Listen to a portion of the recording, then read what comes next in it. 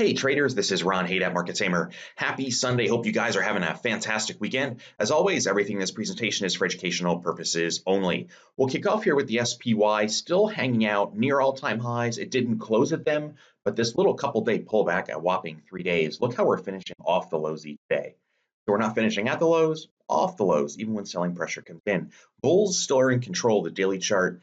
If I move over to a weekly on the SPY, it's bullish. It's above its 20 period in red and 50 period in orange as well. So if I go back to the daily, we can take a look at Dow, ETF to diamonds. Nice little move up on Friday, closed above the previous day. Again, a little dip, and we're right back up. Take a look at the Qs. Again, daily chart, the NASDAQ, still holding above its 20-day EMA in red. And look, we're finishing off those lows. Now, if Monday comes around, we get a big down day and we break the 20-day, that's what puts the bulls on notice, whether it's the spiders, the diamonds, the Qs, the Russell, doesn't matter.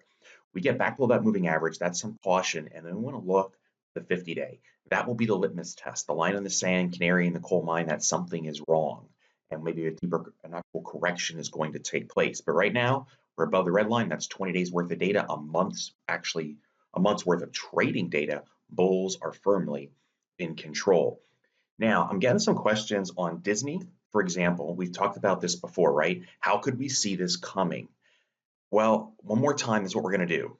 We maxed out registrations. In fact, I'll just jump to it. Check this out. This was last Wednesday. The room holds 500 people. This was about 20 minutes before we began. We were already up to 691 registrants. Some folks got locked out. So here's the deal. This Tuesday, as in just a couple days from now, 2 days before Thanksgiving here in the US, 8 p.m. Eastern. So last week was a noon event. I'm going to do an 8 p.m. Eastern event right before the holidays, before we take some time off. There is a limit of 500 seats. That's it. So please register ASAP at the bottom of this email.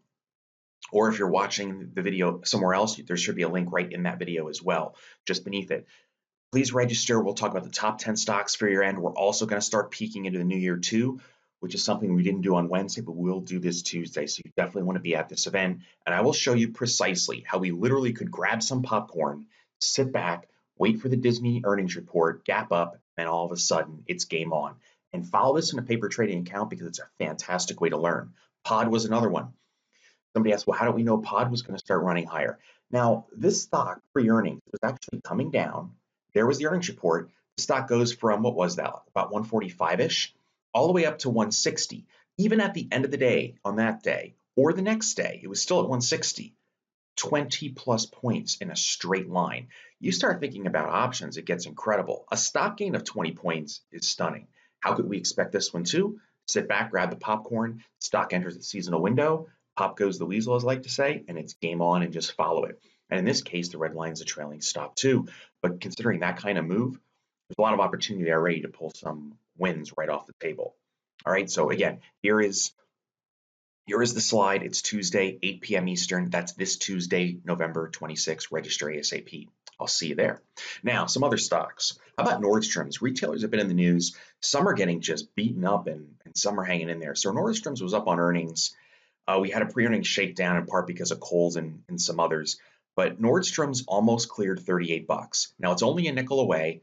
And intraday, it was above it. Look at this volume bar. That's big money coming in. That's just not a few folks buying just because it was good news. You're talking about the average volume is what? About 3.4 million shares. We're at 19 million, almost 20 million shares.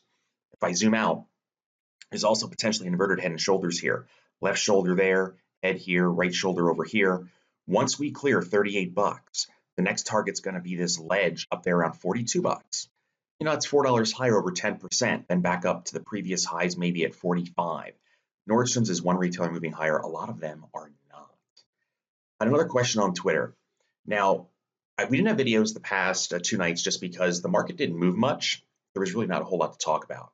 Twitter is starting to move. Let me zoom back out, actually.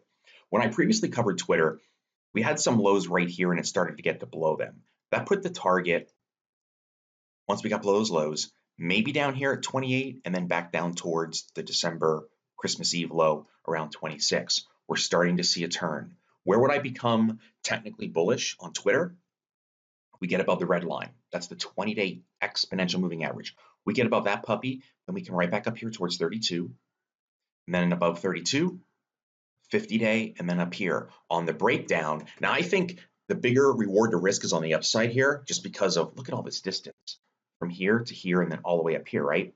However, we get back below those lows, and we can, it's not a exact science, but we could say 28, 75 or something, 28, that's only 75 cents lower. And then down towards mid 26s, there's just not that much distance. That's why I think, if Twitter rolls over here, and it is what it is, I'm not really interested.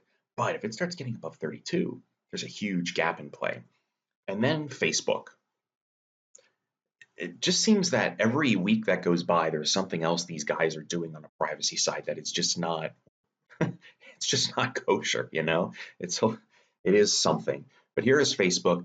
It's doing a stair step higher. See what I mean here? We come up, we pull back. We go up, we pull back. Subsequent higher lows, we're getting higher highs. Right now, the all-time high, if I zoom back out here, you're going to see it's all the way back here up around the mid 216. What is it? Maybe like 218. Even if we get above, if we keep going higher, this is going to be a little bit of overhead supply up here. I think the upside here from reward to risk is limited because once we get above 205, then it's to whatever those highs are there. What is that, 218? Yeah, about 218 something. We would need to get above there to truly re-energize the bullish trend. So even though Facebook's moving up here from a trend trading perspective, maybe some credit spread opportunities or something before earnings because it is moving up nice.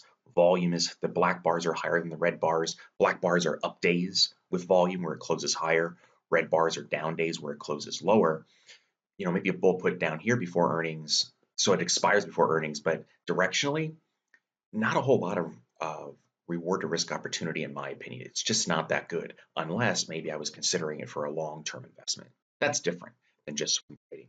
So I hope that helps. Some different stocks to keep an eye on. And again, this Tuesday, 8 p.m. Eastern, I'm going live. I'll show you the top 10 stocks for year end, and we'll start peeking into the new year too, because these are one of the two best trading times of the entire year. So this is prime time.